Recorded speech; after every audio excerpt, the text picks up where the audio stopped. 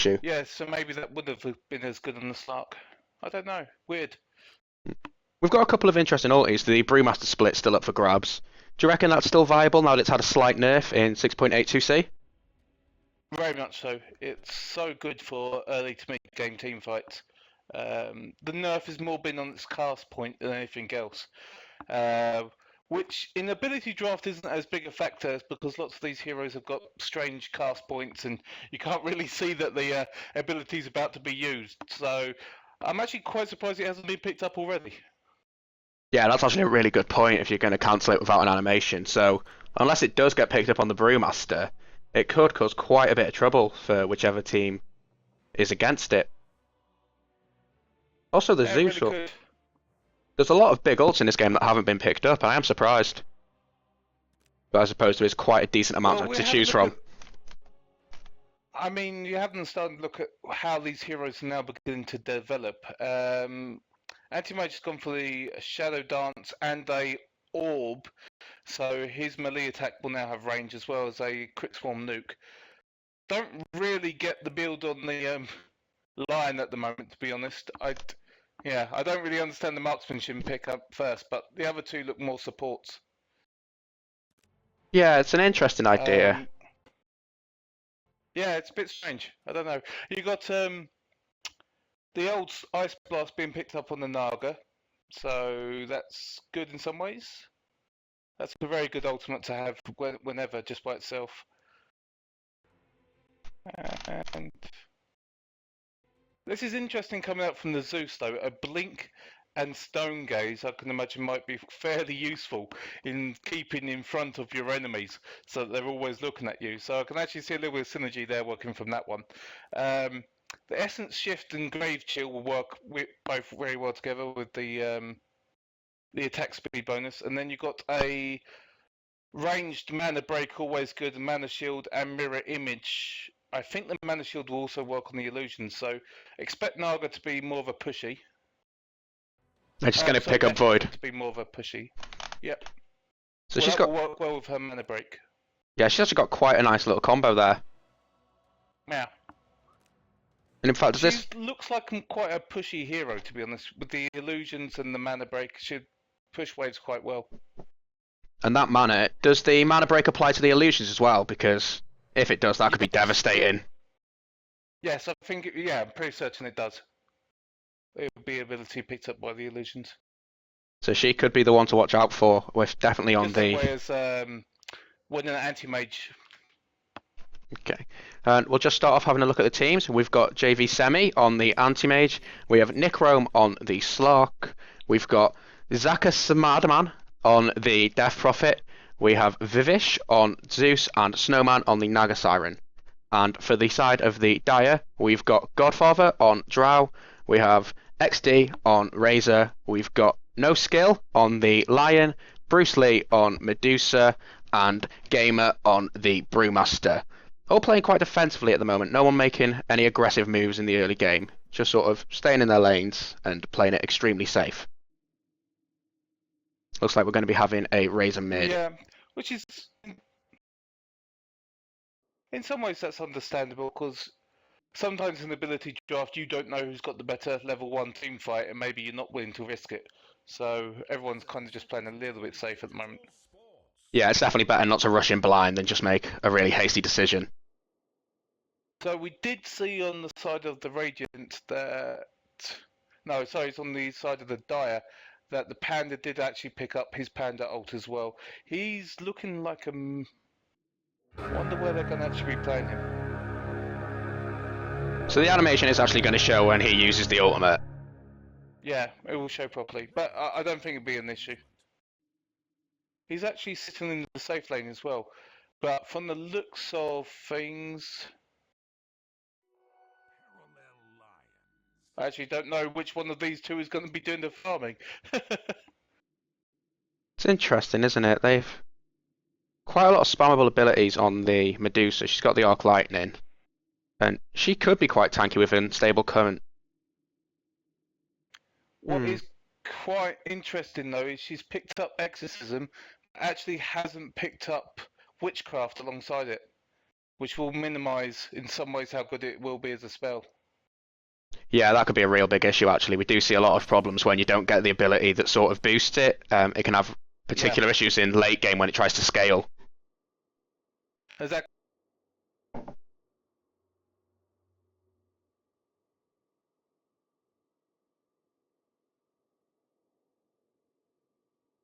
Seems like we're just having a technical difficulty. Are you also seeing that lag? Yep, we just had a bit of a technical difficulty there. Hopefully it's all right now. Already on bottom lane, Godfather on Drow just getting absolutely destroyed by the frost arrows on the anti-mage. It's such a nice ability when you can pick up an orb on a range hero, especially a range hero. Okay, we're having a DCP. Yeah, it does look like we're having a few issues. This may be a redo, but not sure of at the moment. It's kind of difficult to do that in ability draft as well. Yes, it really is. I presume. Well, they can do I mean, it's got to a minute, so they can load from a saved game, I think. Hopefully. We're going to leave that for someone else to figure out anyway. Yeah. I've never done something like that. So, but I guess the admins will know what they're doing. But they look like they're going to try and carry on for the time being. We have quite so aggressive. On the other side of things as well, I was going to say on the Dire. So Lion looks more like a support. Razor's gone mid. Yeah, I've actually got, for the hero-wise, it's quite an ordinary lineup, Razor versus Death Prophet mid. And she's already using that mirror image to just push. Lion's taking a lot of damage bottom, and he's going to fall. And it looks like they're going to go chase down the Godfather as well. Frost Arrow is doing a lot of damage, and it's really slowing them here. It's going to be close. He is running low on mana, but one more should do it. He's actually going to back off. He's just scared away from that TP. Ran out of mana. Yeah. He ran out of mana, which is why he couldn't do that last little auto attack. Very lucky. He's going to get away on 36 health. But that is going to be first blood. And meanwhile, during all of that, there's also going to be a kill onto Zeus. So it looks like they traded a kill for a kill there. Of course, Dire getting a boost. Meanwhile, up top, Slark's going to get a kill on the Brewmaster. Just have a look at what happened there. It looks like it was the initiation with Pouts and Soul Assumption coming from the Naga, and then Gravechill and Thunderclap just doing lots of slows to really secure the kill. I'm quite surprised at that, because the Brewmaster has fantastic opening stats. Great strength, great armor. It's actually very hard to pick off to a low level, so quite surprised he went down. Drow Ranger actually been forced back to base as well after that, so she's trying to TP back in now. And I imagine she's not going to be there very long. She's only got 2 tangos, and she has picked up a magic wand, which could help. How much of an effect do you think that's going to have in the lane? Spammable ability-wise, there's not really that many, to be honest with you. Yeah, a bit of an issue. If it triggered on the Frost Arrows, it would have been okay, but it doesn't do that, so... It doesn't, so... Yeah. It's also, going to the get... Frost Arrows, I think, proc the static field. I'm not... No, I actually don't know if they do. That's a really good point. I know it procs... I'm not seeing the animation when he casts a Frost Arrow, so I don't think it is. It's actually an orb rather than a casting of... Yeah, no, it's not. So that will be more important when he's casting Crypt. Oh, the net's going to fly and the Cold Feet, and this could be a lot of trouble here. She's going to try and run, but the Cold Feet is going to proc, and they're just going to take the right clicks down all the way now. He's looking very close for this, but he's going to have to go a bit far in. He's going to get the kill, and now he's on the run. The tower's going to beat him down a bit, but he's going to get out on very low health and tango up. Again, just a nice, easy kill, and this Drow's having a really nasty time in this lane. And it feels like this lag is not helping the situation much.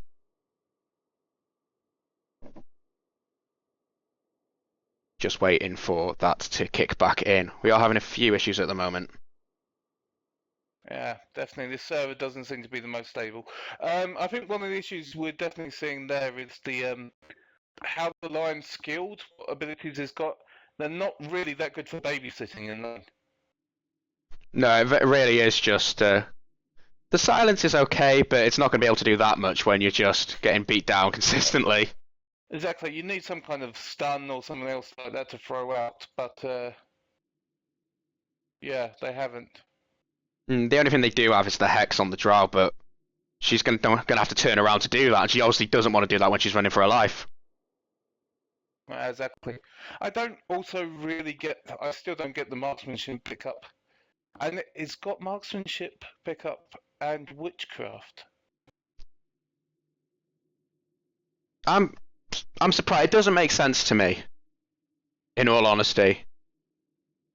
I'm struggling to see the value behind it.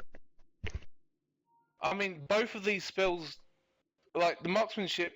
Okay, what does bonus agility do for you? Not much. And witchcraft gives you a bit of, I don't know, additional movement speed, but you don't have exorcism cast, so it doesn't help you on mana cost reduction, doesn't help you on cooldown decrease, and it doesn't give you added exorcism spirit, so feels like two of them are kind of wasted skill points. Yeah, it's interesting. Looking at some of the other lanes, we can see that uh, Zach's Madman on the Death Prophet is doing very well against the Razor. Currently 17 last hits till 5.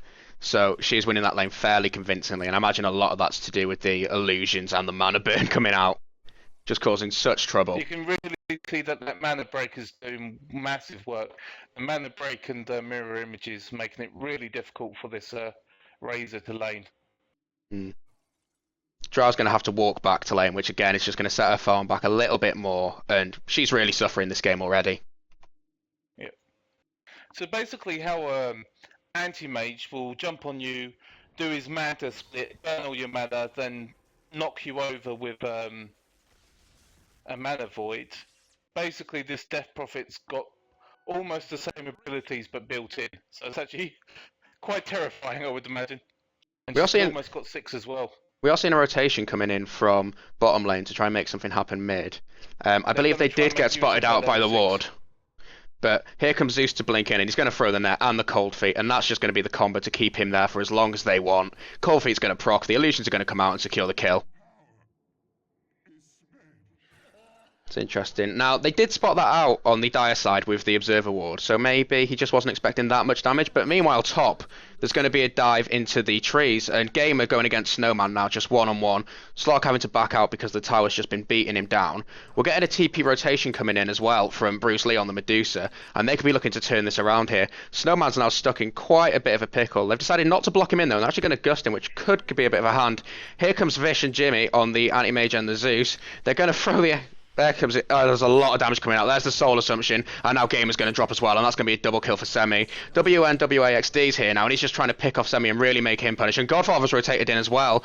One's going to fall down. They're looking to make 2 on Snowman. Snowman's taking a lot of damage. Vish is just clicking away at XD, but it's doing very little. The Soul Assumption not being used, and this could be fatal. The Dot Pat's going to fly, and that's going to get a double kill. There's going to be more rotations coming in now. They really want to make this happen. Vish blocked in by creeps, and he can't do anything, and that's a triple kill for XD. And that is really going to help them with the game and how it's progressing. That was quite amusing, wasn't it? That was a little bit of chaos there. They all got trapped up in the corner there, and everybody just kept TP in. Oh. But it's going to be, I believe, 3 for 1, but they could be looking to make something more happen here. They go on Nichrome. They've got the Plasma Field coming out, and now Snowman's gone in to try and keep them safe, and he's going to land the pounce and get out. I mean, what's really funny there is I feel if they'd had TPs, they would have been able to get out. They really haven't got that many stuns on the opposite side. You've got an Earth Spike from Panda, but he died fairly on. So he would have got out. That's Clap's doing a lot of damage, and here comes the pounce. The Soul Switch is going to fly as well, take him really low, but they've got to back out. And yeah, TPs would have made a huge difference there. I mean, Zeus was there for ages on his own, just getting hit by that by the range creep and doing as little as he could. I mean, it's obviously fairly early on, but still, if they're going to do that kind of thing, they should... Look at this manning up. This is absolutely incredible. Again, just the Thunderclap pounce with the Soul Assumption combo, and they're actually using 2v4 here, and they're just bursting down the ones on low health. And they can do. But the mana's a bit low now on the Naga. Yeah. That could be a bit of an issue. She has got enough for a pounce, so they have the potential to make one last kill. But they don't want to push it too far. And this mid-Death Prophet's now going to work on middle tower. Yeah, it's getting absolutely destroyed. And during all of this, we've still got Anti-Mage farming bottom. I'm actually really interested to see how this Death Prophet's going to build. Maybe she's going to build like a Naga Siren. Oh, Bruce Lee's dead. And it's just that pain in the ass combo that you always get with Pounce and Cold Feet. No matter who it's on, it's such a good combo to work. And with the Soul Assumption, it actually does a lot of damage. Yeah. And on the bottom lane, the anti-mage is completely zoning out the drow with the orb and auto attacks. It's a little bit satisfying to see Drow getting punished with frost arrows, I've got to say. Here comes XD though, and Semi could be very deep in. He's got Dark Shadow Dance, and he's going to get the kill on Godfather. He could go down for this though. He drops the Dark Pact as well, try and debuff, but here comes the stun, and it's going to be a kill. So nice stun from the Panda, that was. 1 for 1. But because obviously, if the anti-mage had fogged him in some way, he would have got the regen going up and also the max movement speed from Shadow Dance. So, well, not the boosted movement speed from Shadow Dance. So we've seen the rotation up top from Death Prophet, and Snowman could be looking to make something happen here. Belusi's running away. The pounce is just going to miss, but it's going to be very close. You're going to throw the Ice Blast, and that's going to secure the kill. Ooh. Nice kill. But you can just see that was basically all work done from max mana break images. Very much so. And it's absolutely huge. Godfather's coming in just try and get a pick off. But there's not blink net from the Zeus just to protect the her on the way out. That's actually an incredible combo, and they're going to take the tier 1 top as the Dire try and chase down the low health Radiant heroes. Yep. Semi just go into town again with that frost arrows on skill. Plasma Field's going to come out. It's going to hit a lot. Here comes the Medusa roll that's on top of the Zeus. It doesn't look like he's got enough of Blink, but he's very quick. He's going to run in. It's going to freeze Godfather, and it's going to secure the kill. Dominating on Snowman at the moment. We've actually got the Zeus build's actually very, very good as an initiation build. It's very impressive. There's a lot of damage coming out as well, magic-wise. Particularly on the side of JV. No Skills is going to die here. They're going to use the Gust, and it's very nice. It's going to blow him back about a bit, and he's going to come out of Shadow Dance. He has to back off. A very nice Gust saving the life of Skill there. Yeah, it was. Zeus has picked up his... He was going to die before that Gust came out, though. Zeus picked up his mana boots. That's going to help. Here comes the net, and it's just... He's got the Eye of the Storm, but he can't do anything. Solar Assumption going to town. Thunderclap going to town. Pounce is doing the job as well. And it's 10 minutes in, and not only are they at the tier 2 tower, they're diving it. And it's working significantly well. It's that bonus attack speed drain from the Grave Chill really synergizes well with the Essence Shift as well. Makes them able to get lots of stacks really quickly and easily. Without too many items. Yeah, it's causing a huge amount of problems, actually. Animage could be looking to make something happen here.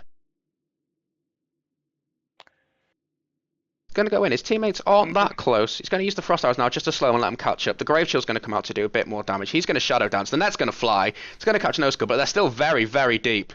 Godfather taking a lot of damage from the Frost Arrows now. Here comes the Exorcism doing a bit of damage. And Crypt Swarm is doing it as well.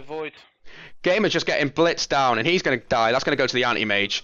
Madman trying to run away, but he's going to get killed. No mischance today. The Crypt Swarm's going to come out, and it's going to secure the double kill. Here comes a very big Ice Blast. It's going to clip one. That's going to get a triple. This could be an Ultra here. Bruce Lee's on the run now. Dark Pack's flying on the Razor. It's not going to save him from the Ultra. It could bring him down, though, before he can get a Rampage. He's on the run. He's going to bottle up to try and get away, and he is going to survive that. And now he is chasing Vish. And 4th and 1 at the moment. Semi could be looking to finish this off. He wants a Rampage. Snowman's there. They're trying to leave it for him. They're trying to do as much damage as he can. Here comes the Frost Arrows. It's blitzing down. We've got lag. We've got lag now. This is the worst time for it to be happening. But it looks like WNWA is in a real trouble. Here comes Thunder God's Wrath. And it's going to be the kill to the Naga. And the ping's coming out from Semi saying, God damn. Yeah, exactly. RR being called. And rushing for GJ coming out. Yeah, bit of a difficult game if this is the GG, just because of the fact that there was so much lag causing troubles. But even so, but I also feel very much it was an outdraft as well. Yeah, that's what I was just about to ask. Actually, do you think it's part of an outdraft? Because again, Semi going to dive. That's a very nice stun though, and it's going to save Godfather a little bit. And the Gust doing a huge amount of protection here. Semi on the run, very low health. Here come the mirror images to cause some damage. Looks like it may have been a fake RR.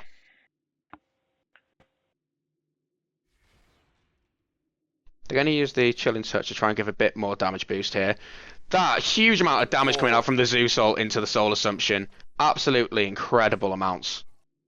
And Semi again, just behind the tier 2. And look at this. He's not even scared, and he's got Shadow Dance. Why should he be? He's going to take down XD. He's unstoppable. And I think that sums it up pretty damn well. Now he's chasing skill. The Thunderclap's doing a lot of damage. It's going to be a triple kill again.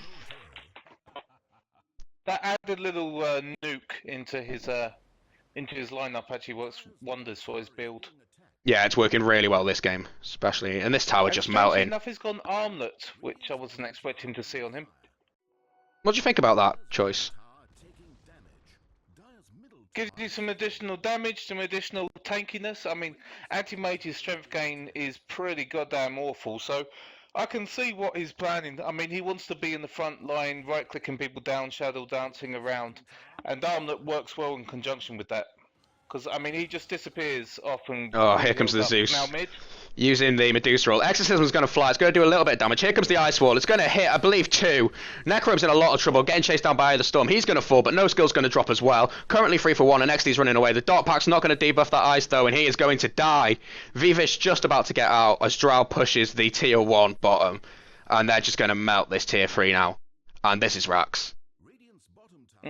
Without doubt. They do have quite low respawns, but I just don't think they can take the fight even if they do come back. I don't think they can. I mean, on top of everything else, this Death Prophet's actually very farmed as well, and she's very, very scary. Draining everybody's mana. Then you've got the Anti-Mage jumping in and around, hurting people, and you've got the Zeus. Wonderful team.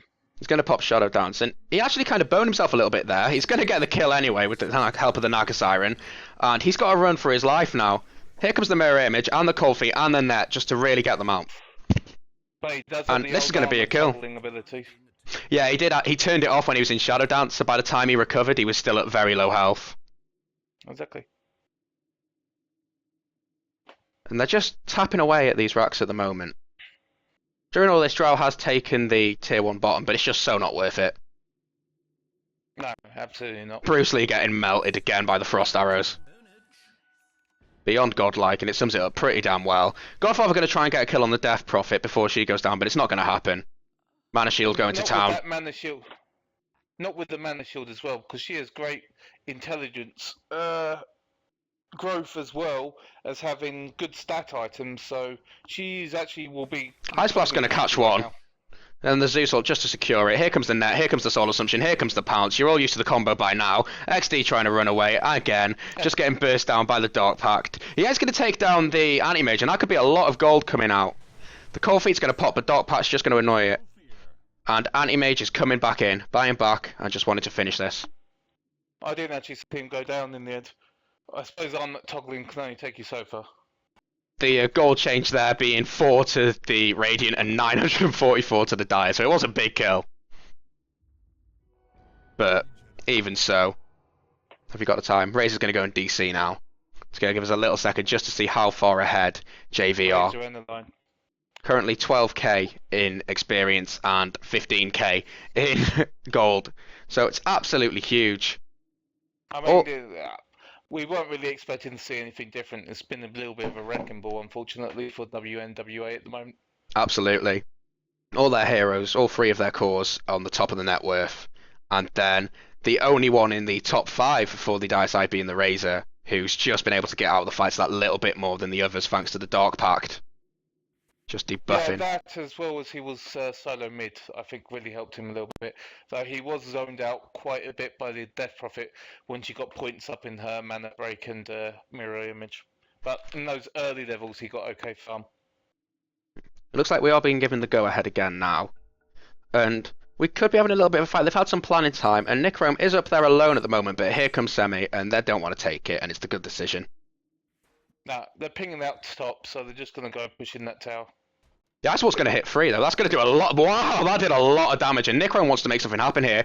Vivish coming in as well. He's popping the Cold Feet just to do some slow. They're using the Soul Assumption and the Nair. This is just a slowing machine. Godfather could fall here, but Nichrome is well in trouble. Godfather going to go. Nichrome needs to try and run out. We're having a little bit of lag now, so we're not sure what's going on. Nichrome's going to struggle to get out of this alive, but he does have the potential to do it, and that's showing now as he just gets away. XD trying to chase him down, but it's not quite going to happen. They're actually going to use the Brewmaster Split as well, and that was a bit of a waste. Just sort of hanging about now. I think what really goes to show that was 2v5 and they still managed to get a pick off then leave. Yeah. Is at 16 minutes in quite devastating. In fact, this is going to let the other 2 just clear up. This could be a really big Ice Blast. It's going to clip Bruce Lee. It's going to take off half the health. Absolutely huge. And she could just melt to this. Try to run away, but you've got the Death Prophet chasing. There she goes, falling. They're going to throw the Crypt Swarm anyway, but it's not going to clip because she's already dead. This is absolutely brutal. And is this an Aghanim's Ice Wall? Ice Blast. I can't quite tell. No, not yet. She's gone Bloodstone. So it is just literally the level advantage coming into play there, because it is doing huge amounts. A level 11, so it's a level 2 Ice Mage, and then they've got a fair amount of burst, and that mana break at this level is doing ridiculous amounts of damage as well. Yeah, and they're just going to come and try and defend the top now. Not taking a rack yet, but they are just whittling away at them. Another Ice Blast coming in. It's going to clip Godfather and again do a huge amount of damage. The Zeus Ult comes out. There comes the Soul Assumption. Oh. It's doing a lot. Bruce Lee trying to run now. Exorcism just going to town, but that's going to pop. Semi's using the Shadow Dance and he's chasing XD down in combination with the Death Prophet, and they're going to get the kill. Now there's 5 levels in Soul Assumption. She's not getting popped at the moment. The Palace is going to come first, and they're just trying to save this kill. Another Lightning Bolt's going to secure it for Snowman. Buyback from Drow, and Drow's just TPing in. Interesting decision. Probably just feeding at this point, and she's going to die. I think that's very much giving up. Yeah. And again, following the general path that's been the tournament so far, particularly in the group stage, another 20-minute game, which is essentially over at this point. I think in the game like ability draft that it really does matter at the drafting stage. I mean, even more so than captain's mode. If the other team gets abilities that you want, if they get some basically OP heroes sorted out for them, it can be very difficult to stop that kind of imbalance in power. Yeah, and there's definitely a huge amount of communication needed as well. Here comes the Pounce now onto skill, and he's going to melt to the Soul Assumption and the Lightning Bolt, the combo we've seen all day this time. There comes the Finger, though. It's going to bring down the Anti-Mage. That could be a lot of gold, and I don't believe he's got buyback because he's already used it. But it's just consolences at this point. Ice Blast's going to hit 2. Only half. Oh, the melt! They don't have to be scared. No, here comes the clap. They're doing a lot of damage. XD go into town with that Eye of the Storm, but the Zeus Ult's going to fly, and that's going to be a wipe. Triple kill for Snowman, a double kill for Necrom, and there's the GG being called. And there's GG. You see, what the Naga Siren's been doing this whole game with going this Bloodstone is basically he's got Lightning and that Soul Assumption, 2 very low cooldown nukes, quite high damage nukes, and he's just been going in and out, nuke, nuke, nuke, nuke, nuke, Ice Blast, nuke, nuke, nuke, nuke, nuke. Just wandering around with his high movement speed, just going doing that, and it made him as scary, or maybe even more scary than the Anti-Mage as well. So look, you can see here, both of them 18 kills each, whilst the Death Prophet was basically doing most of the pushing. Yeah, I actually really like Naga's build because one of the harder things to manage with Soul Assumption is the fact that it needs to build up. But when you've got the nuke that could it's an instant refill, and then all of a sudden, boom, here's so much damage that you can't even handle it. And it just allowed them to dominate. Exactly, and Soul Assumption's what, like a 4 or 5 second cooldown as well? Yeah, 4 seconds. And when he's got the mana coming in from the Bloodstone as well, it's terrifying, absolutely terrifying. But by that point, the game is basically already over. Yep. Well, we're going to take a quick 10-minute break, and we will be returning with another game, so stay tuned then. Thanks for having me, Doug. I will see you in the next game. I think you had me, actually. I believe you're the host. But, you know, I'll take credit anyway, thank you. I'll see you in the next game, bye. See you next game.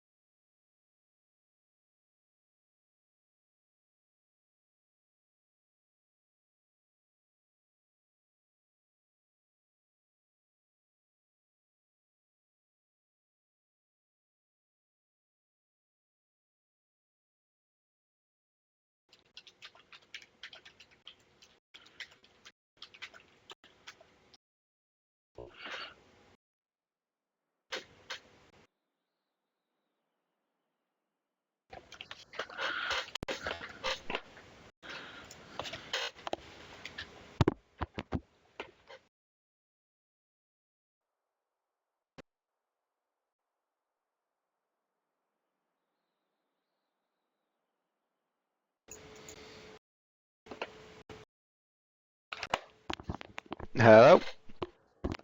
Hello, QT. Okay. Hello, everyone, and welcome back to DotA2VO Ability Draft Cup number 2. Sadly, we have had a dropout.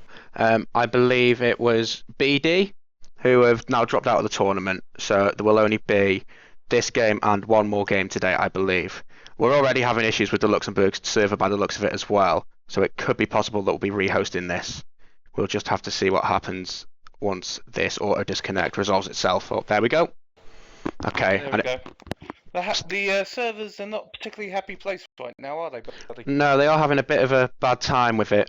But looking at the hero pool and getting down to business, what do you think about the lineup? Okay, let's have a look at hero-wise. So first of all, you have a look at stat gains. This is where I always review things.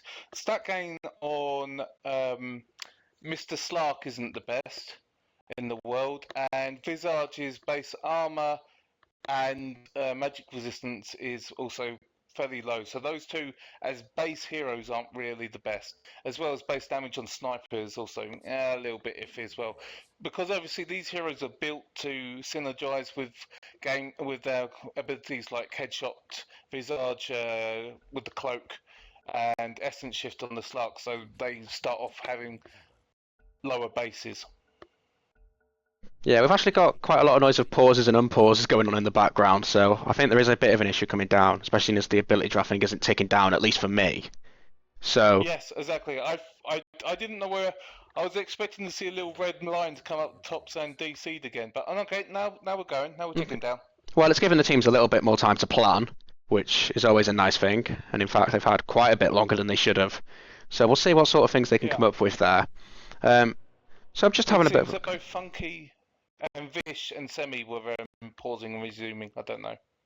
a little bit strange. One thing that jumps to mind here is the fact that we have got one orb effect on the OD. So we could be seeing that picked up on melee hero to try and boost. I know you're quite a fan of seeing the. I think we talked about this in the past. Of all the orbs, in my opinion, the OD orb is one of the worst to try and run with as a melee hero. Just simply because you're really quite often, unless you're an OD, you're really lacking on the int growth and the mana pool to sustain it. Even if you go basically orb, astral imprisonment, and essence aura, you basically need all three of those skills to run it properly. I feel anyway. Yeah, because it is 100 mana per one. Maximum effect. So it's absolutely We huge. see that rearm again is probably valued very, very highly. Yeah, we have actually, I believe, only seen one other rearm in the ability draft, and it was actually left last time, which surprised me. Yeah. But it's going to get picked up first time here, so that's really going to make up for it. We're getting stuff like the Coupe de Grace going on to the PA, and we've got the Master Serpent Wards on the Shadow Shaman. So a few heroes playing it very close to their characters. And we've got the Jewel picked up on the Slark, so that could be pretty nasty if he combines that with certain things. Yeah. It's a good ability. It's actually it's nice to see some of the Legion Commander's abilities here. Basically, most of her skills, maybe not Moment of Courage, but the other two are definitely worth picking up for the team. Seeing rearm on the Lestrak is also quite good because Lestrak should have the mana pool, especially if he builds into items to sustain that as well. I'm just looking at some of the options you've got here, and I'm wondering what you'd like to couple with rearm, because obviously you've got the spammable stuff that Tinker brings to the table, March of the Machines, Heat-Seeking Missile, etc. But what other things do you think could work quite well with it? Well, I always expect to see March of the Machines if you've got a rearm. Other things that could work could be long cooldown abilities that obviously but have great effect. Let's go pick up the To be shrapnel. honest with you, there's not really that many here, so I would expect to probably maybe see March of the Machines and yeah, I don't really know what else. March of the Machines, maybe missiles as well. He's gone and picked up shrapnel, and I quite like that. I imagine the plan is I just suppose to. you can just constantly keep that up on towers as well, for fairly good damage to the towers, and that's good pushing ability as well. Yeah. So And can you actually stack that? surprising the amount of damage shrapnel can do. What? Can you actually stack that so that you'll be having damage coming from more than one source of shrapnel at a time? Absolutely. Well, he used to be able to because I know I've seen that in a WTF mode of Dota 2. Someone got put shrapnel, and he just he was just putting loads and loads of instances of shrapnel on a tower, and it just melted. Okay. So I think they definitely do stack. So he has gone and picked up the March of the Machines as well. So I'm Yep. just sort of looking at what he might like. A Shadow couple of Shaman is Shadow Shaman. yeah, that's always boring. We had a Luna the other day who Yeah. built Luna, and PA is PA. yeah, this is sort of just the disappointing people. I want people to take a note of these and keep an eye on what they do for the rest of the tournament. If they do, in fact. Luna is almost Luna with a spell shield. Yeah, the Blink's going to get picked up on the Sand King, and he's gone and got the Diabolic Edict and Pulse Nova as well, so he could be doing quite a bit of damage, but there's nothing really in there that he needs to blink in with unless he's giving chase. Be interesting what he sees. Oh, picked up laser. Okay, Okay. that makes sense. So the Sanking's kind of blinking laser. Whoever's going to be right clicking him so he doesn't take damage, and basically run around with Diabolic Edict and Pulse Nova in team fights. And he should also, that coupled with the Shadow Shaman, I mean, they've got an awful lot of push as well. Yeah. I wonder if we'll be seeing the Evershock being picked up on the Lestrak there. He's just going to be a mad pusher. But that's a lot of mana coming out, and he does have good mana. Do you think he's going to have enough early game? I think it'll probably go Bloodstone. Yeah, definite. It's really essential. Perhaps a Bloodstone and Boots of Travel as well, just to do a bit of tinkerish things. It's definitely not a bad idea. And there's a lot of nuke coming out from the Tinker as well. So we are coming in and we are having some more issues with the pauses, so we'll just use this time to introduce the teams. So on the side of D, we have the Shadow Shaman being played by Phobos. We have PA being shown by Sharp Effect.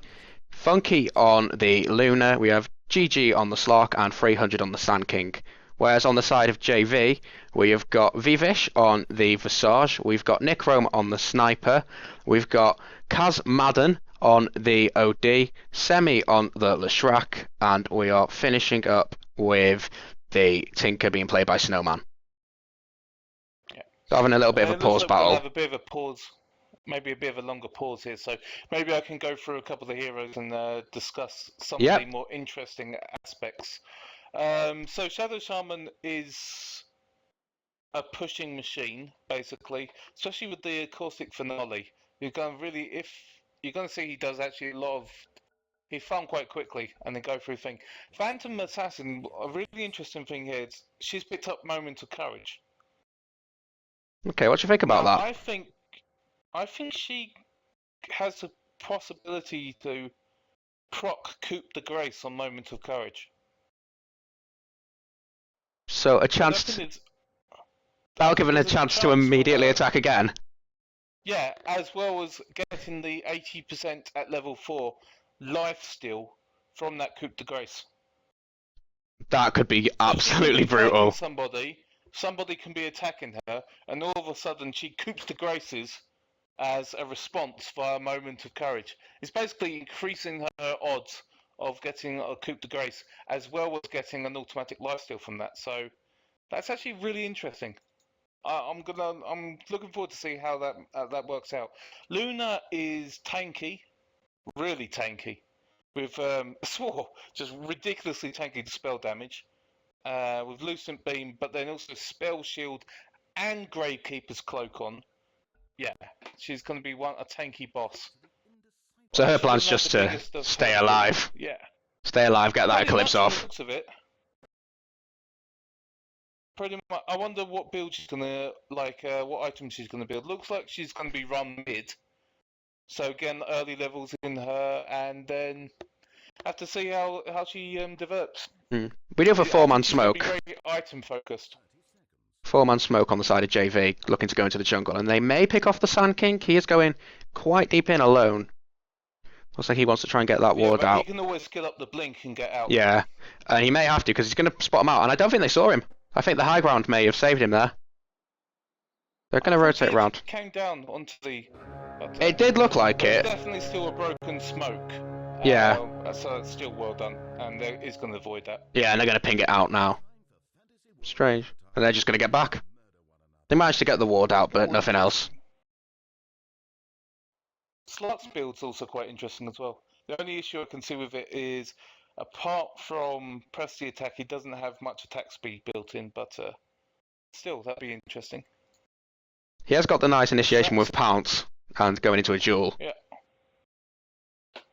And no surprise here, we're seeing that the Shrek with Rearm being run mid.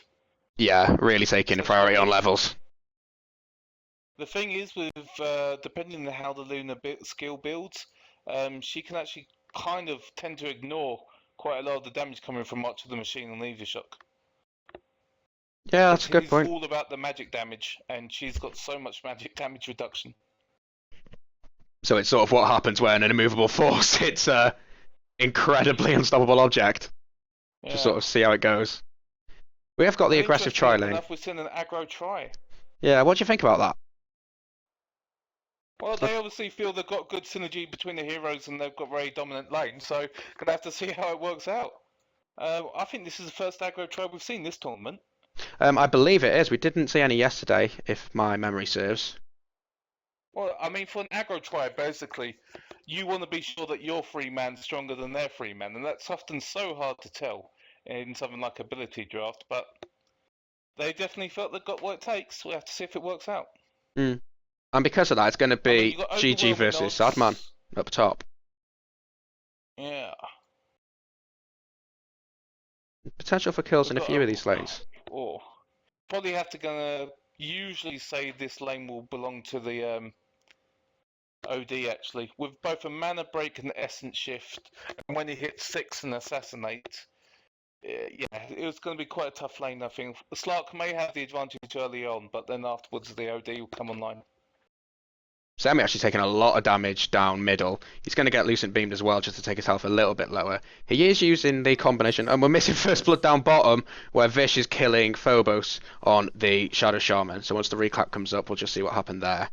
It looks like it was just a massive combination. Burrow strike and absolutely everything dropped on him. Heat-seeking missile, overwhelming odds. Just really wanted to bring him down. Overwhelming odds is actually very, very good in this kind of environment where you've got so many people stacked all together. That involved with the heat-seeking missile and the Burrow strike really did work. Yeah, it's going to be causing a lot of trouble. And they must be quite pleased actually that they've gone for the aggro tri lane when you get the potential. Here comes another Burrow strike. They're going to throw more missiles. The overwhelming odds is going to fly as well. We have got Soul Assumption ready to go, and there it is. To fly. And I've got to say, that does seem to be one of the standout abilities in ability draft. If you can get something good to couple with it. With Soul Assumption, yeah. It does an awful lot of work. I mean, it does an awful lot of work in Captain's Mode as well, but... Oh, DD's in trouble up top. He's going to fall. Just the blink combination. It was just the chase into the blink brought him down. No, I thought it would end up like that. The minute he got to level 4, now 5, then 6. Oh, that overwhelming odds. So much damage. Here comes the Soul Assumption, another kill. This aggro tri lane's really not going well for D-World. You mean their defensive tri lane isn't? The aggro tri lane is working wonders. Absolutely. It's a very good decision. And the sniper's maxing out Lunar Blessing as well, which is... They're also free ranged heroes, so that increases all their damage as well. Oh, mid. Oh, middle lane. Semyong, very low health, and it did look like he got the kill on the Luna. Just used the combination of Aether Shock with Shrapnel to do more damage than the Lucent Beam. Basically, he Aether Shock, the Shrapnel slowed down, and he auto attacked him past the tower. So looking at the Luna build, it seems like she is putting a little bit into tankiness, but she's trying to get those Lucent Beams up just so they can make the Eclipse more effective when she gets that. And do you think that's the right decision, or would it be better to wait and just go tanky against this guy? No, I think it's definitely the right decision. Meanwhile, Sharp Effect going to assassinate. Okay. Dead. Just dove very far in, assassinated, and dropped the PA. Currently 6-0. Here comes a Burrow strike in bottom. And there comes a nice stun from Snowman. Going to get one kill. 300 running away from the Diabolic Edict. He's got Soul Assumption ready to go. They're going to blink out. But these lanes just going completely in the way of JV at the moment. I think they're going to have to change something up very soon if they want to have any chance of winning this game. It's 0-7 at the moment, and there's no. And they're still. I feel like they're throwing all their eggs into one basket and not thinking outside the box here. Well, they have rotated Phobos and GG down here, but Semi's come down as well to cause some issues. He's using the Ether Blast, the rockets are flying, the Solar Assumption's flying, that's a death for one. They're going to use Press the Attack to try and get GG out of the way. He's just going to hide in the jungle as much as he can as Semi goes looking with that haste rune. They're going to ping him out, and it looks like they want to go. They're going to wait for the tower. The shrapnel, though. Yeah. Oh, I'm not sure if he can see him. Maybe slightly wrong place. But GG's going to come out, and he's going to just get spotted, and they're going to chase now. And that may not have been the best decision. Semi's going to hit level 7 here. He's going to use the Ether Shocks, really. The Press the Attack comes out as well. Here comes the Shrapnel to do a little bit of vision. But Semi could be an issue now. They're going to push the lane. He'll be able to walk out then. He's fine. And this tower's just dropping very quickly. During all of this, Luna free farming, but nowhere near a worthwhile trade when you think of the amount of kills they've been trading bottom. Exactly. And she won't be able to carry as well as a normal Luna would because she doesn't have the glaives or the Luna's Blessing. So not only will that affect her team fight, but it will also affect how quickly she can farm. Yeah, Assassinate, nice dodge by 300 there using the blink at the very last second. And he just knew that was coming and baited it out. Good decision. Now, Sharp Effect just going to be in the jungle as Semi picks up a DD rune and could be looking to make another thing happen here. He hasn't gone for reharm yet because he's just going to save up to make sure he's got enough mana to use it. Yeah. And I imagine his next purchase will be Boots of Travel. It does look like he's building that way, doesn't it? Yeah, he's got the Soul Ring, so more of a Tinker-esque build. He can go into the Bloodstone. I mean, the Soul Ring can be built into Bloodstone nowadays. Yeah. Basically. The Sharp Effect just getting absolutely melted by that double damage and the spell damage coming out there. Shrapnel going to fly to slow down Phobos. Very nice, actually. The Soul Assumption as well. And the missile isn't going to hit because Semi's just going to clean it up before that. Actually going to Necrome on the sniper.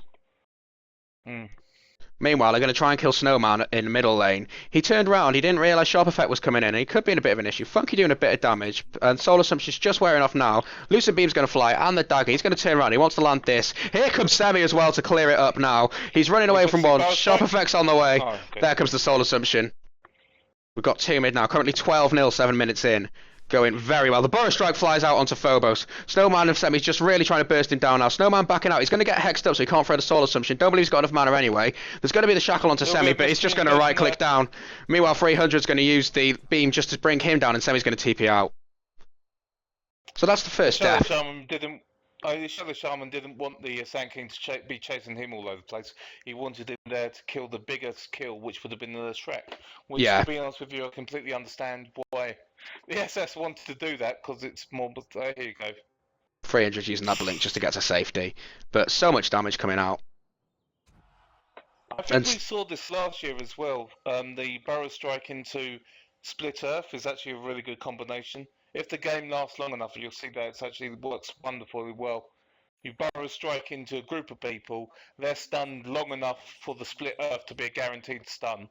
So you've almost between them got a guaranteed, 4 seconds stun?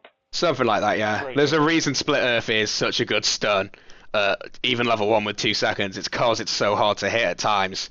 But when you've got Burrow Strike, it's guaranteed, essentially. Yeah, it's basically a setup straight into it, so yeah, it works wonders. And they're just going to completely take control of the Radiant jungle right now as they push the tier 1. I've got an Invis rune on Phobos, but there's very little he can do with it. Meanwhile, GG running away from OD. And 300's going to try and blink in and bring him down, throwing that Diabolic Edict out. He is getting damaged, and this could be a kill for 300. They're chasing him down. Snowman's coming in on the Tinker to try and do a bit of help. He's going to be allowed to blink out, and that's very nice. Overwhelming odds. There comes the Diabolic Edict. The Eclipse is going to fly. They're not going to use Soul Assumption, and Nichrome just going to get out on very low health. Pop the salve on his way. Who had the Mana Void? Oh, it's the Sniper. Oh, and that was very close, but still sitting at only 1 kill for D-World. And JV looking very strong this game. Yeah, they all went very low, but I mean that's a clear indication of a team that's very far ahead. When you have a bunch of heroes that all go low but no one dies, and in the extent they're able to pick up kills. Sharp Effect just getting slaughtered here.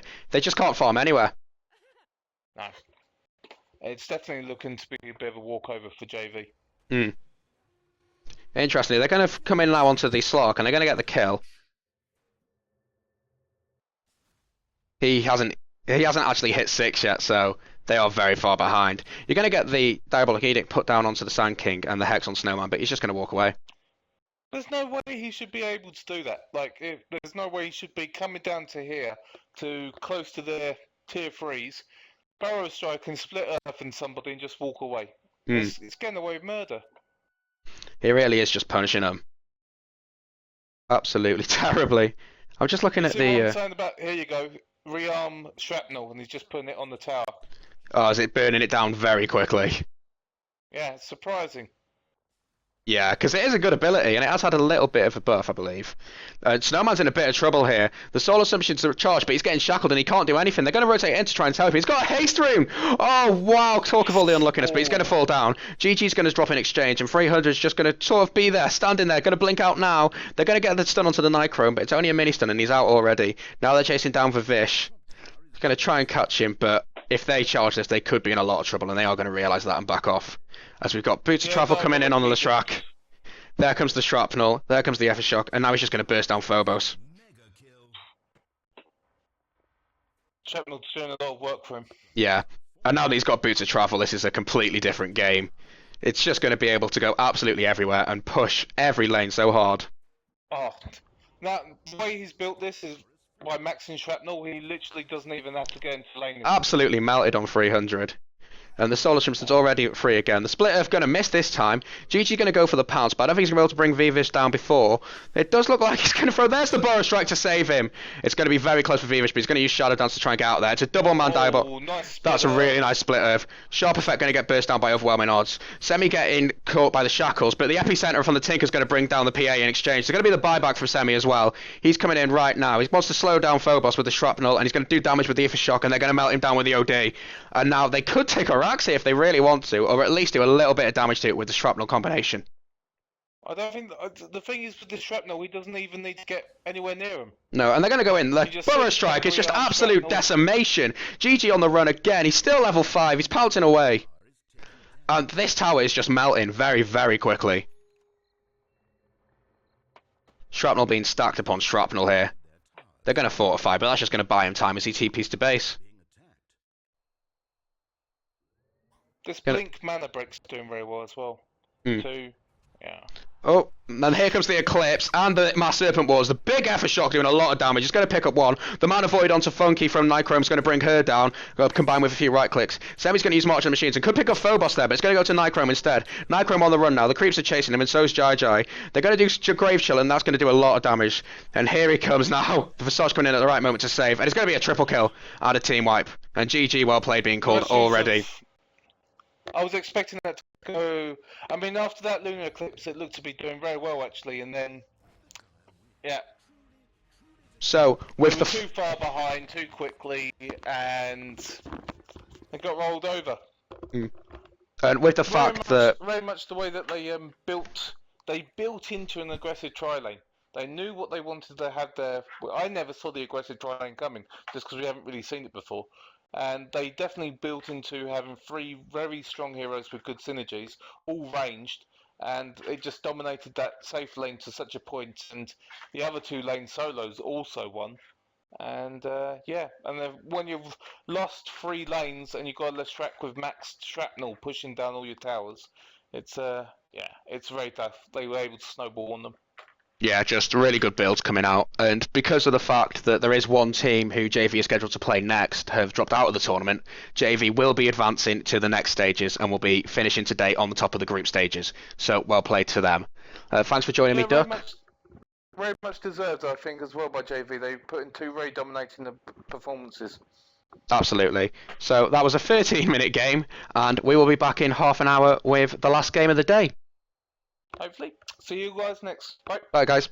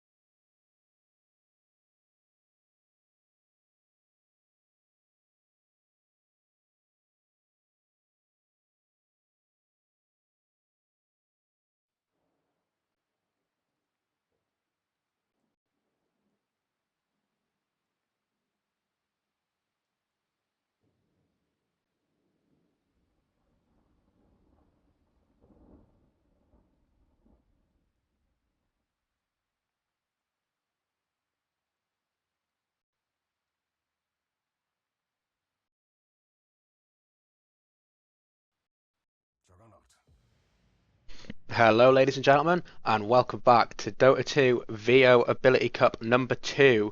Final game of game 3.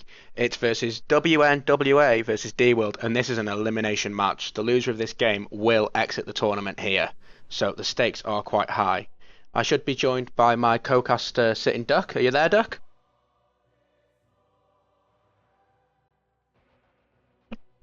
Hello, Duck, are you there? It seems like there may be a bit of a technical issue going on, so we'll see if we can get that sorted out. But while we wait for that, we'll just have a quick look at the lineups we've got. So, on the side of WNWA, we have Medusa, Enigma, Lion, Elder Titan, and Juggernaut. Whereas on the side of D-World, we have a Visage, a Spirit Breaker, a Clinks, a Vengeful Spirit, and of course, Jakiro. So there's a couple of things that could cause a bit of issues there for both teams in the ability pool. You've got the stuff like the orb effects. So you have a liquid fire, which would be able to turn a melee hero into a ranged hero for every 4 seconds, using that liquid fire just to do a bit of range damage. More importantly, you've got the searing arrows, and that would be one that could be spammed continuously. A very good one, because not only does it give 60 bonus damage and turn the melee hero ranged, it's only 10 mana, so that could have a huge effect on the game. Interestingly enough, we're getting the Enigma picking up the Black Hole, already a really big ultimate coming out, and we've got the Omni Slash coming out on Sharp Effect playing Clinks. So it could be very interesting to see those two go against each other. We've also got the Bristleback getting picked up on the Spirit Breaker, so it could be quite an aggressive, quite a tanky guy there. One thing that hasn't been picked up so far, which is a little bit surprising, is Natural Order, because that is a really, really good aura.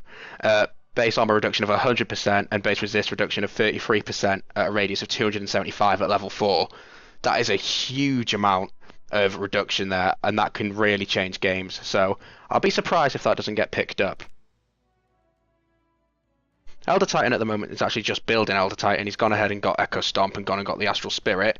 So he's got potentially 2 stuns if he can land one on one hero or 2 heroes and then have someone who's attacking him when he stomps as well. There is good potential there. Could be looking to go for Natural Order as well with that, but to be honest, I would say that's a good thing to grab on anybody, especially seeing as it's an aura and doesn't cost any mana. As again, we've got a Visage in the game, and Soul Assumption hasn't been picked up this game, but it's been picked up in the last 2, and I will say I'd be very surprised if it doesn't get picked up again in this one. Grave Chill already going, and Gravekeeper's Cloak actually going onto the Spirit Breaker, so he is really tanky and really nasty. We've got the Never Swap and the Greater Bash on the Visage, so it'll be interesting to see what he wants to do with them. Probably swapping into something like the Omni Slash just to secure the kill and make sure that he's not going to get unnecessary bounces that he doesn't want. So opposed to that, we've got the Grave Chill and the crit on the Blade Dance crit on the Juggernaut, which will give him a little boost to the game and everything that's going on there. Hex is going to get picked up by the Enigma, and he's picked up Skeleton Ward. Really nice. If they do not have vision and they group as a 5, that is a really good opportunity for a black hole. So they've got to be very careful on the Radiant side of not falling into that trap, because it could cause a lot of issues. A lot of issues indeed. Death Pack's quite nice on the Medusa. She's coupled it with the Mana Shield and the Split Shot, so she will be able to deal quite a bit of damage and be able to have the extra health gain as well from Death Pact when she eats a pretty tasty neutral creep, so that's going to be very nice for her. Elder Titan's going to branch out a little bit now and pick up the Ice Path, so he is going to be a stunning machine. I imagine he'll be using that Ice Path just to land it, and then follow in with the Astral Spirit and the Echo Stomp, although he could go the other way around. Honestly, they're both a bit tricky to hit, but I'd say that arguably Ice Path's a little bit easier, especially as he won't have the animation to warn people that it's happening. It'll just come out. Clinks has gone and picked up Searing Arrow, so it's not going to be used on any melee heroes. But Strafe is going to get picked up on the Juggernaut, so that'll be interesting, especially with that crit. That could be really nasty. And he's got the Stone Gate, so his plan's just to turn them all into stone, use Strafe, and just go to town on them, getting them crits and boosting the physical. We are getting the Natural Order getting picked up now, and Soul Assumption hasn't been grabbed. Unless it gets picked up by one of these last 3 heroes, I'll be really surprised. But at the moment, Visage has built a Spirit Breaker, essentially. He's got a bit of slow and he's got a swap, but he's got the Charge of Darkness and he's got the Greater Bash. So, ones that couple very well together. And it looks like we're going to go into the game without Soul Assumption getting picked up. Has been picked up in both games today, so a little bit of a surprise, but we will carry on regardless and see what the teams have in mind. Now that we've joined the game, Duck, can you hear me? Am I coming through? Okay, it seems like we are having a little bit of a problem there. So what we will do is carry on regardless and just see what happens. So, looking at the teams, we've got Phobros on Visage. We have 300 on the Spirit Breaker. He played the Sand King in the last game. We have Jai on the Jakiro and Funky on the Vengeful Spirit. And we've got Sharp Effect going mid on the Clinks. Alternatively, on the side of WNWA, we have Skills on Elder Titan. We have Godfather on Medusa, last played the Drow. We've got XD on the Enigma, Gamer on the Juggernaut, and Bruce Lee on the Lion. And he's gone ahead and picked up Liquid Fire. So they've got a bit of potential with push, especially with the demonic conversions. So that could be very useful. It looks like they could be looking to make something happen already, wanting to go down to the top rune and see if they can maybe pick anyone off or just secure a hopefully bounty rune. No one's going to come to contest it, so unless they smoke in and go very deep, then they are just going to get it for free. Skeleton Walk on Enigma going to scout stuff out as well, telling someone where to ward by the looks of it, so we will see how that goes. I'm just getting a message to see if Duck can hear me, and apparently I have Duck muted. I don't believe I do. I cannot see him in here either, so I think we're going to have to carry on without, which is a little bit of a shame. There is a bit of disconnection going on as well, so it looks like there is a potential issue coming on.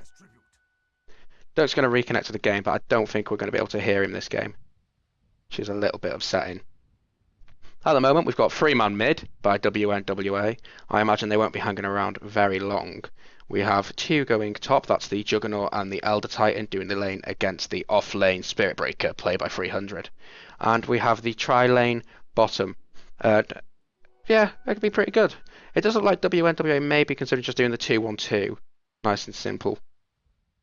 And it seems like we're having a few issues with the connections in this game. XD is just going to spot out Funky here, and Bruce Lee's going to come in and provide a little bit of backup.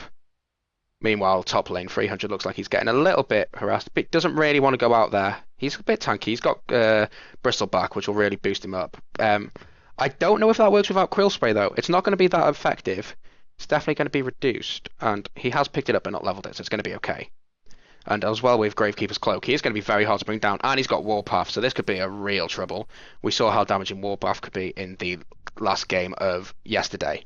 So there is potential to be very scared of him very early on. Godfather taking a bit of harass from the Syrian arrows, and it's just going to burst down his mana and his health. So that's not the nicest thing to be going against for him, and he could suffer because of it. They've actually put a very defensive ward. I'm not sure if that's got to be a mistake. I think that's a mistake. I think someone meant to give someone a ward and forgot that you can't just click on them anymore, because that is ultra defensive and just gives a lot of wasted vision, which is how I can see. Quick look at the last hit deniers will show that the top 3 all in favour of D-World at the moment, but it's still very easy to fluctuate this early on in the game. Middle going fairly possibly to Sharp Effect, but only by 3, and again we'll see how that develops as the game carries on. Looks like we've had a pull on the Radiant side by Funky. It's only a 1 pull, so it is going to push, and I wonder if that was intentional or not. We'll see how it goes. Bruce Lee and XD are going to back off and play it particularly safe at the moment. 300 doing a lot of damage to Gamer, in fact, with that Quill Spray. He's gone and leveled it up now, and he could be chasing for first blood here. He's really going for it. Gamer's trying to run away. He doesn't even bother right-clicking. He's going to use the Quill Spray to burst him down, and could this be a double kill? It's going to be very close, because Skills has to run away. He recognises that, though, when he gets out. So first blood going to the Spirit Breaker, and that is definitely going to help him secure his lane. And he's, 2 levels in Bristleback, 1 level in Gravekeeper's Cloak, and 1 in Quills. He's just doing a lot of damage. Meanwhile, Jakira's going to pick off the Lion. Do apologise for missing that. It looked like it was the Venge Stun with the Earthstrike and the Charge of Darkness just to secure it. So 1 ability from every one of the 3 heroes. Easy kill. Easy game. Easy life. XD going to place a ward there now. And come in quite aggressively, actually. This is a surprising decision. He's going to get charged. He's going to get knocked up onto the cliff. And he's going to skeleton walk out. So I suppose he was just feeling pretty confident with that skeleton walk, but still, maybe lost a bit of health that he didn't need to, and they're going to go ahead and plop a sentry now just to make sure that they don't lose vision of him again. Meanwhile, up top, 300's taking a bit of damage. It's going to get pinged out. It looks like, he's very tanky, very hard to burst down. It's going to be interesting to see what they do to try and counter that.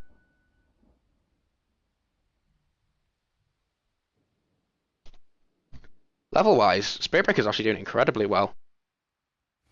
See Sitting Duck typing, but I can't hear what he's saying, so I'm not quite sure what's going on there.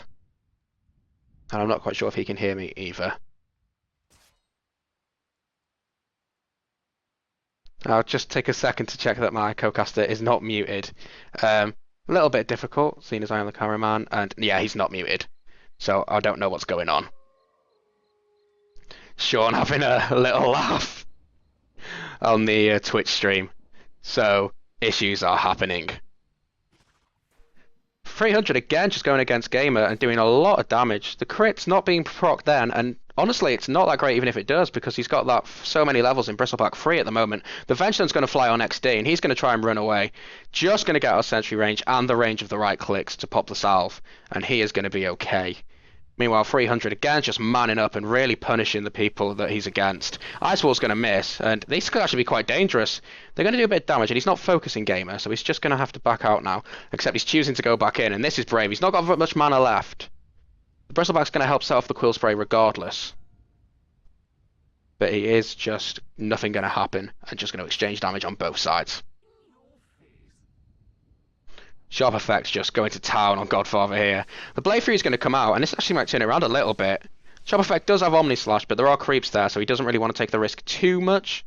Maybe if the creeps weren't there, he could have gone, and that could have changed things a little bit. He is starting to win his lane quite convincingly, though, almost double the amount of last hits compared to the Medusa, and double the denies at 4-2. 300 manning up top again, trying to do damage to the Gamer. Meanwhile, Clinks is going to come in and finish off the Medusa. Looks like the help from the DD Visage really came in useful there. 300 just looking at how low health they've got, and he's tempted, but he's not got the mana to make anything happen too much. Dire's middle tower taking damage. Dire's structures are fortified. They're going to fortify their structures a bit just to protect from the Clinks, I believe. And it looks like he could be wanting to make something happen. He's gone ahead and used Omni Slash. And it looks like... I'm not sure if he got another kill on the Medusa there, perhaps. We'll just check how many times she died. No, so that was the old one. It is currently still 3-0. 300 going to get Echo Stomped here, and this could cause trouble. He hasn't got enough for the Ice Path, but the Grave Shield's going to come out to do some damage. But his health is just so high, and his level of armor is just going to be huge by the end of this game. Picked up a Ring of Health, so it'll be interesting to see what he builds with that. Potentially a Battle 3, but I would be surprised, I've got to say. We've got the Invis on the Enigma. Could be looking to make something happen mid. It's not got Black Hole yet, and that's a shame, because I really want to see some damn good Black Holes this game. Biggles like that are good in Ability Drafter or Captain's Draft or anything like that. 300 again, just going to scare away Gamer and say, look, these are mine and not yours, but Godfather's here. Could be looking to make something happen. Activating the Mana Shield now. There's no stuns coming out, they haven't got the mana. The Blade Fury's going, and it's just not touching him. 300 just walking away, saying, yeah, now what? And they have rotated XD down just to get a couple of levels for that Black Hole, I imagine. 300 not suffering at all. Jakira going to kill Lion on the bottom lane. I imagine again we'd be seeing that combo of the from the Venge Stun. And no, we're going to see the Earth Spike and the Mystic Snake, so he must have been quite low health for that to kill him. Having another reconnect, so there are some issues going on all caster sides, I believe.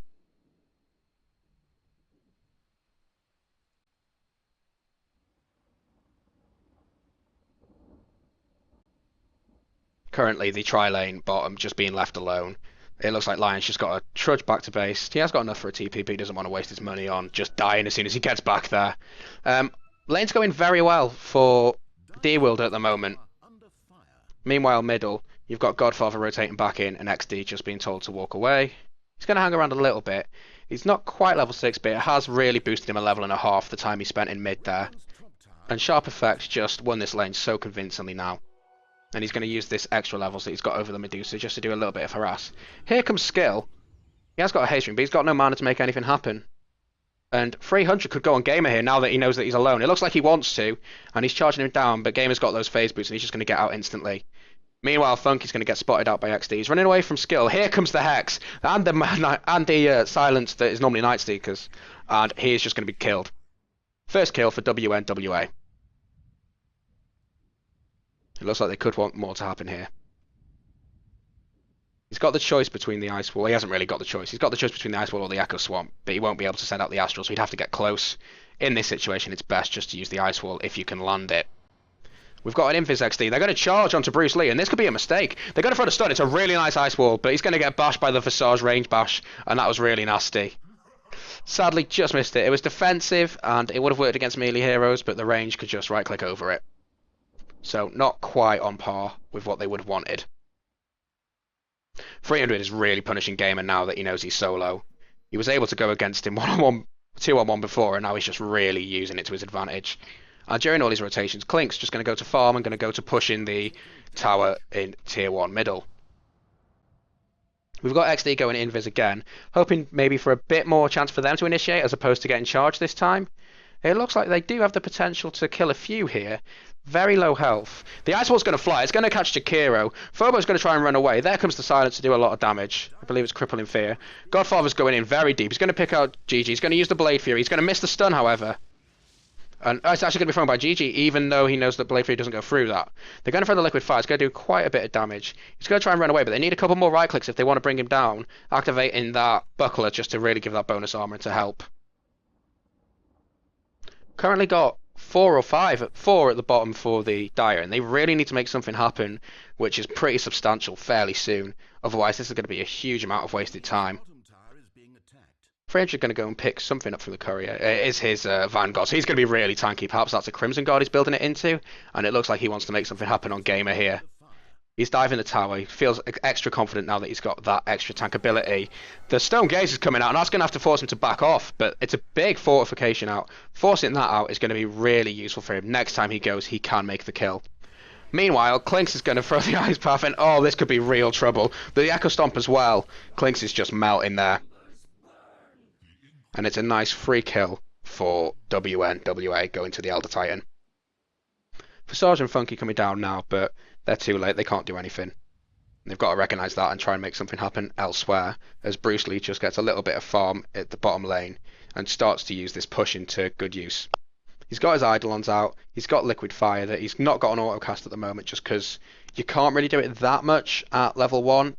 Level 2 even, because it doesn't get till a 4-second cooldown at level 4, and that's when it really comes online and becomes really useful. After that point, he'll be able just to keep it on all the live long day, and it will be incredible for him. We could be seeing a rotation now from Godfather and XD. Going to pick up the regen rune, and XD's going to go invis. He has got Black Hole, but he's not got the mana for it. Perhaps it would have been worth keeping the regen on him. Depends whether you value health, and he may not need the regen in all honesty. He has still got the Hex available, and he's got the Void, so that is what it's called. So he's got a choice of what he could use, whether he wants to Hex or do a bit of a silence and do a bit of damage. Currently 5-3 at 11 minutes in, so it's not a stomp at the moment, and we've definitely seen games at this point where it's nearly over, so perhaps we're in for a bit of a longer ride at this point. Be an interesting game. Imagine we'll be seeing XD going for the Blink Dagger at some point. He's not sitting on a lot at the moment, so he's probably just saving up for that. It's going to be the highlight telling Gamer to get back. They're not feeling too confident with what's going on there. And it is 300 who's pinging it as well, so it looks like he may want to go. That is a lot of armor. Currently sitting on 24 armor. That's pretty mental. And that's, of course, with the boost from Gravekeeper's Cloak. And Bristleback just doing back damage reduction and side damage reduction, so when he's running, it's going to be causing troubles. And on top of all of that, he's got Warpath boosting him whenever he sprays Quills. He's a problem. He's going to be a problem. There's no way around it. And he'll get that Crimson Guard up fairly soon if the lane keeps going this way. Actually sitting second on the last hits denies, which is a surprise considering he was off lane to start with. He has done very well. Very well indeed. All 3 core heroes for D-World sitting in the top 3 spots, which is a difficult area to be in. Juggernaut's gone ahead and disconnected now, and Vengeful Spirit's come ahead and reconnected. So, there's a lot of server issues today. We're sorry about that, guys. It wasn't too bad in the second game, but it does look like they've come back with a vengeance this time to really make this elimination match a bit of an issue.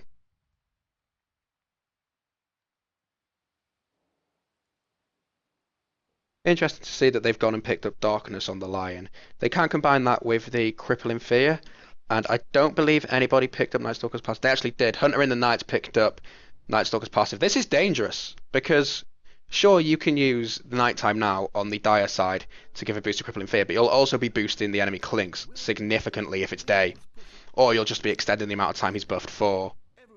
As we come back into the game, 300 is very far up. He's completely unaware of this wraparound that's happening. XD playing very cautiously, actually. I'm surprised. He has got the Hex, so it's going to come out at some point, I imagine. And whether there it goes. They're going to use the Grave Chill as well just to slow him down and try and do as much damage to play for. But look at this! He's so tanky. His armor is dropping thanks to Gravekeeper's Cloak, but I don't think they can stay alive long enough for it to drop and stay alive because of it. They've got to run. And now he's chasing down Gamer. Sharp Effect comes in and he's going to try and do some mad damage to XD. Gamer's going to fall down to the Quills. And now they're on Godfather. And this has been a very big turnaround. Godfather running away now, but he's going to fall as well. He's going to use a little bit of heal up from the Magic Wand. And, oh, this could be very close. Here it comes to finish off. You've got the rotation in from skills now as well. And he's getting down. He's going to throw the Echo Stomp. He's going to catch 2. That is a very, very nice Echo Stomp. We don't have enough for the Black Hole, though. And that could have been the really big follow-up. That's the chance where the regen would have been massively. The Elder Titan Ultimate's not going to do any damage to anybody. It's just going to miss. The Ice Path's going to miss as well. That's an inexcusable miss on the Ice Path. He was standing still. But stuff happens. You've got to get over it. And Sharp Effect's just going to walk away now. So, nasty. Really nasty play there. 300 getting out as well. Just complete turnaround. And they had the opportunity to cancel the TP and potentially get a kill, which they missed. Jakiro going to be picking up an ult now, and that's going to make their team even tankier. Big issues coming out. Charge of Darkness but not being used that much on the Visage at the moment. It has secured a couple of kills. We haven't seen too many long-range kills, which is a shame, because I'd be quite interested to see what that looks like in the animation. But they're going to rotate 4 mid and just try and take this tower, during which Jakiro is going to push the bottom lane. Tower already fallen, and Gamer's going to try and take the tier 1 top. So there's a bit of a divide coming out. Astral Spirit being a little bit defensively, building her back out. Meanwhile, Funky comes in, and she's sort of on the arse end of the fight. She's going to pop the dust to try and get out. Meanwhile, 300 and Phobos going in. The finger's going to fly from Funky. That's going to bring 1 down. Now Godfather's going to fall as well. It's a double kill for Sharp Effect. 3 down overall at the moment on the side of WNWA. And this is really starting to escalate now. You need to really make something happen on the side of the die if you want to stay in this game. 300 playing safe. Picking up his buckler. Yeah, this is definitely a Crimson Guard. And it's really nice. We have a lot of approve coming out from the spectators about what's going on. Facebook's getting picked up on Clinks. That's just going to make him even more deadly.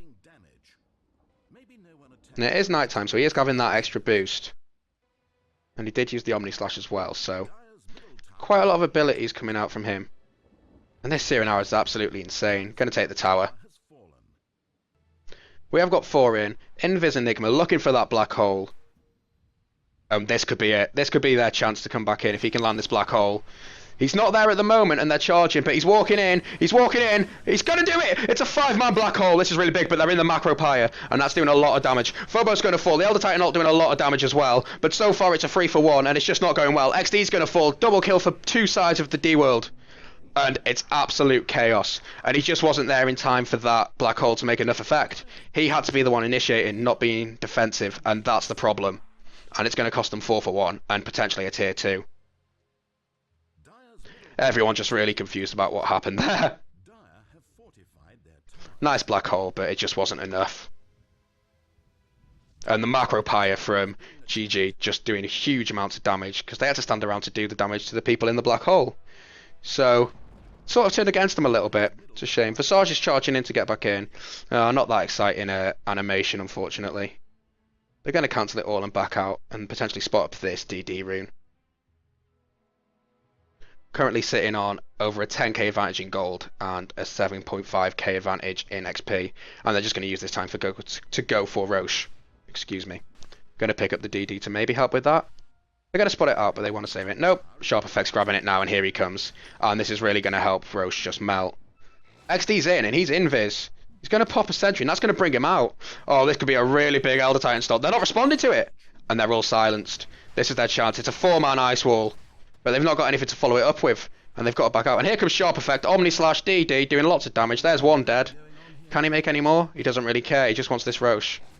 Enigma could go for the steal here, perhaps. It would be a little bit of a risk, and he doesn't fancy it. But this is their only chance. They need to deny this. They don't want this on the Spirit Breaker, and they don't want it on the Clinks. Clinks are going to go ahead and pick it up. XD just standing there, really not sure what to do here. And now Clinks is just going shopping, going to pick up kills as Visage charges the Juggernaut. The Ice Wall's going to fly, so we look at the bottom side where Gamer's just getting finger blasted into the stun, into the death, right to the grave. XD decided to make a move now, but he can do very little indeed. Bruce Lee getting charged, going to get picked off here now. Here comes the stun to secure it, a nasal goo just to add insult to injury, and he's dead. Going to put a sentry ward, very nice now. Enigma won't get the sneak up on them again. And they're going to go for the tier 3. Here is Enigma. He's still got 50 seconds on the cooldown. He's going to get charged. That's a very deep charge by Phobos. He's not that tanky. And he's got to run away. But it's going to give time for Sharp Effect. And it's a nice stun coming out from GG. Just creating even more death for WNWA. They've got to wait for this black hole. That's their only chance. And I don't think they can do it even with that. Sharp Effect's coming in. He's just bursting him down. They've got to be holding on for the black hole. But he's getting chased down by Gamer here, causing a lot of issues. He could actually drop. He's trying to run. He has got Aegis still, so he's not too concerned. And during all of this, the tier 3 is just getting burst down. He doesn't want to go back in now, though. Just play it very safe and take the tower. Thank you very much. Aegis is going to pop for no discernible reason, really. They're going to go and do as much damage to the Rage Barracks as they can, using the Crimson Guard to tank up a lot. And they're going to take this fairly easily, and without much resistance. And it looks like the same can be said for the melee. Maybe a little bit of a misplay not going for the melee first, but I imagine they didn't think they had that much time. Here comes 300 now. He's going to get stunned with the Ice Wall, but it's not enough. He's just so tanky. Even the crits are doing very little. There's very nice macro pyre. It's doing damage to Gamer. He could drop. GG going to get dragged into the Elder Titan ultimate. And they're just trying to burst him down, but 300's there spraying his quills and causing chaos. XD's on the run now, and Bruce Lee's just trying to do a little bit of damage, but he could fall for it. The silence is gone, but he's going to fall, and that's going to be double damage for 300. A double kill, excuse me. And they're just going to go back, taking the racks. During all of this, the tower... The bottom tower was... No, the Radiant top tower was destroyed by Medusa, excuse me. A little bit of communication there. Oh! I thought she was TPing out, but it looked like she did get bashed by something. And that cancelled it. Omni slash perhaps doing a mini bash? I'm not quite sure, but whatever it is securing the kill. XD's going to fall down. He did try and run away during that Sentry Ward, which he didn't know was there, so there was no way out of that for him. Gamer could escape. He's getting charged by Visage. That's quite a fun thing to say. He's going to back off, though. And they're just pinging out the tier 1 top now. They want to come down top like this and just take there. And I do not blame them at all. Another set of racks will put the nail in the coffin. Currently 22-4. This is turning into a real stomp for D-World.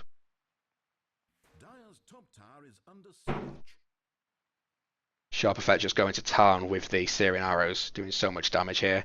Visage coming in as well, just to bring an extra bit of firepower, and this tower's going to melt. And they can't even defend it, they don't even want to. During all of this, Funky's just taking down the tier 2 bottom, and this is the one they want to respond to. This is the one they have the chance of defending and a chance of getting a kill with. So it's the right decision, but it is just going to secure more free gold for the Radiant. Jakira's coming in now as well, just to really give them a boost. And a bit of a surprise maybe, the fact that Lion did have this good pushing combination, but he's just going to fall to Funky now with the finger. Funky could die in exchange, excuse me for the voice crack there. It's going to get a chase. She's going to try and juke, but she's going the wrong way and she's dead. But again, they're going to lose a tier 2 for it, so the amount of space being created by Funky there really coming into work. And now they're going to be forced to rotate up, and this is all they're doing. We go here, we go here, we go here. They're just trying to keep up with the Radiant now as they keep this pressure on significantly. And they're absolutely dominating levels. Klink's being 3 levels ahead of the highest level on WNWA. So there are issues there as well. Klink's coming around the side now. He could be looking to make something happen. Not sure if he's been spotted out. He has been now. He's going to get hexed by XD. He does have a black hole available. The Ice Wall's going to fly. Klink's is going to back out. Just sort of going to be hanging around there, hoping to find his opportunity. Also creating space. There comes the Omni Slash. It's a big one. He's taken down 1. He could take out 2. There it goes. That was a huge damage. He does have his Scepter, so of course he's got those extra jumps and those extra damage. That is really nasty. GG going to use the Grave Chill now. He's going to try and get away. He's throwing a very nice stun that catches 2. Macro Pie's going to come in as well. The charge from Visage is catching 3. Really big charge. XD's throwing the Black Hole, but it's not enough. It's only catching 2. Klinks isn't in it. You're dead. Godfather's going to fall down now. Phobos going to fall to the tower as well. But it's a team wipe for 1. And this is GG. Just no way out of this. They're going to go and put pressure on the tier 3. Funky rotating in to do that as well. Meanwhile, Sharp Effect just taking the gold from these little buildings here. We got No Skills and Lion coming back in now. No Skills going to try and land that, but Sharp Effect's just too fast at night. You can't do anything. And look at that. 2 hits and he's already done about half his health. It's absolutely huge. Funky's trying to just walk out now. Again, they're just trying to get the pickoffs where they can, but they're leaving so much space for people just to push here. It's a huge impact on the game. And XD's not got Black Hole now. And that was not a game-changer Black Hole by far. Even though they've got very little hope. That's their chance to bringing it back in. And this is going to be the second rack. So actually just standing there. They don't even care. Here comes the Stone Greys. Getting charged by Visage. Finger. Very little health. Doesn't matter that they're stone. You're still going to fall to them. Funky running now. Godfather getting charged instead. Bruce Lee getting chased down by 300. Trying to run away, but he's going to get killed. Now XD's on the run as well. They're going to turn their focus onto Godfather and bring him down. Visage is coming in, going to catch No Skills with the charge. Going to do a huge amount of damage. No Skills just going to drop as well. Currently double kill to GG. There's going to be the buyback from the Elder Titan. They're really going to try and defend this with every last breath. They do not want to be out of this tournament, but it's getting to that point very bloody quickly. They're just cleaning up the gold from the little buildings here. And they've actually tower dived with the Omni Slash going to pick up 2. And that's securing them the win now.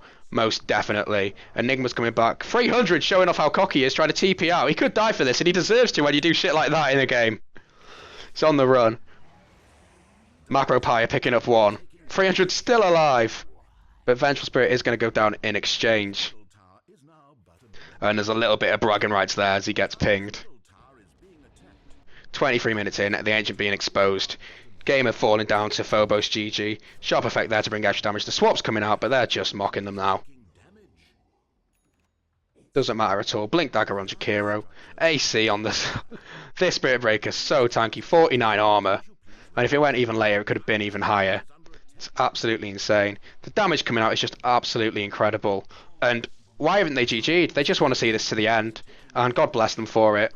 They're going to go, and they're going to lose the game, but you can't say that they didn't try. WNWA cling it on for as long as they can. And as it comes to the end of the game, what's left to say is GG to both teams.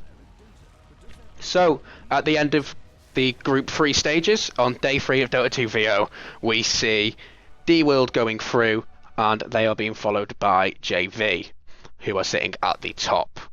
So that's all we've got today. It's thank you from me, and it's also thank you from Sitting Duck, who it's a shame he couldn't be here for this one. Clearly some microphone issues we'll talk about at the end of this and hopefully figure out for tomorrow. But until then, we will see you next time. Thanks for watching, guys, and goodbye.